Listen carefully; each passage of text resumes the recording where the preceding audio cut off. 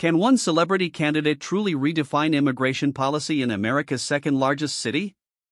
Spencer Pratt, known more for reality TV than RNC speeches, is making waves in the Los Angeles mayoral race with a plan that's as bold as it is bizarre, directly challenging the current administration and federal enforcement. Before we dive into this political bombshell, if you want to stay on top of everything happening in US politics, hit that subscribe button right now and leave a like. It really helps this channel grow and ensures you don't miss out on critical updates like this one. Now, let's talk about Spencer Pratt. This isn't just another politician throwing jabs. Pratt has launched a blistering attack on current Los Angeles Mayor Karen Bass, even resorting to using a Spanish slur, Karen Basura, which translates to Karen Garbage, in a recent social media post. His ire stems from what he perceives as Mayor Bass's mishandling of federal immigration enforcement, specifically operations by Immigration and Customs Enforcement, or ICE, within the city. Pratt argues that the controversy and the presence of ICE in Los Angeles are a direct result of Bass's approach. The context here is crucial. For some time now, federal immigration enforcement has intensified its focus on Los Angeles and California more broadly. This has been driven, in part, by the state's general reluctance to fully cooperate with federal immigration officials and honor detainer requests for individuals who are in the country illegally and have been imprisoned. These tensions often spill into public view, as they did last year with ICE raids in Los Angeles that unfortunately led to violent counter-demonstrations. Pratt, who has surprisingly risen to political prominence with his mayoral bid, claims his own struggles and those of his Pacific Palisades community have been ignored or worse by the Bass administration. This personal grievance seems to fuel his broader political platform. He declared, "I don't want ICE in LA, nobody wants ICE in LA except Karen Basura apparently." His core argument is that the way to keep ICE out of Los Angeles isn't by defying federal law, but by enforcing it. This is where his proposed solution takes a sharp turn. Pratt contrasted Mayor Bass's approach with that of San Francisco's Mayor Daniel Lurie, the leader of California's fourth-largest city. He points to President Donald Trump's recent interaction with Lurie, describing it as an immigration enforcement détente. Despite Lurie not being a friend of the Trump administration, Pratt highlights that Lurie called the president and negotiated a deal. Lurie vowed to have the San Francisco Police Department crack down on crime, and in return, the president reportedly pledged to keep ICE out of the city. Pratt emphasizes the outcome: notice what you don't see, no riots. No crazy videos of ICE agents having chaotic arrests. That's how it's done. He references reports from October, where after a Department of Homeland Security operation in the Bay Area, Mayor Lurie successfully lowered tensions by connecting with the White House. Trump himself stated he spoke to Lurie and gave San Francisco a chance to turn it around, notably refraining from disparaging Lurie or Democrats in his statement.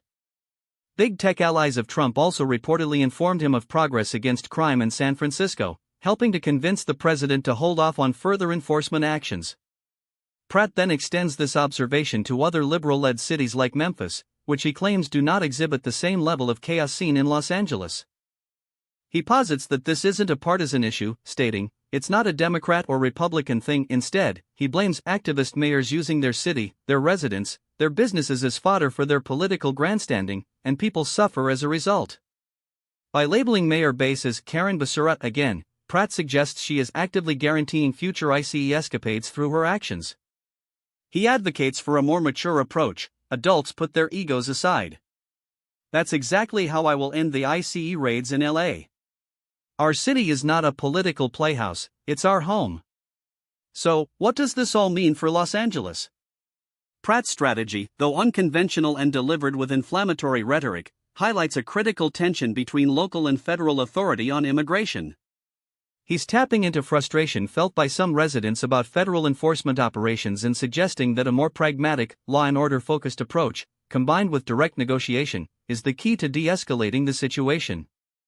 This could resonate with voters who are tired of what they perceive as political posturing and want concrete solutions.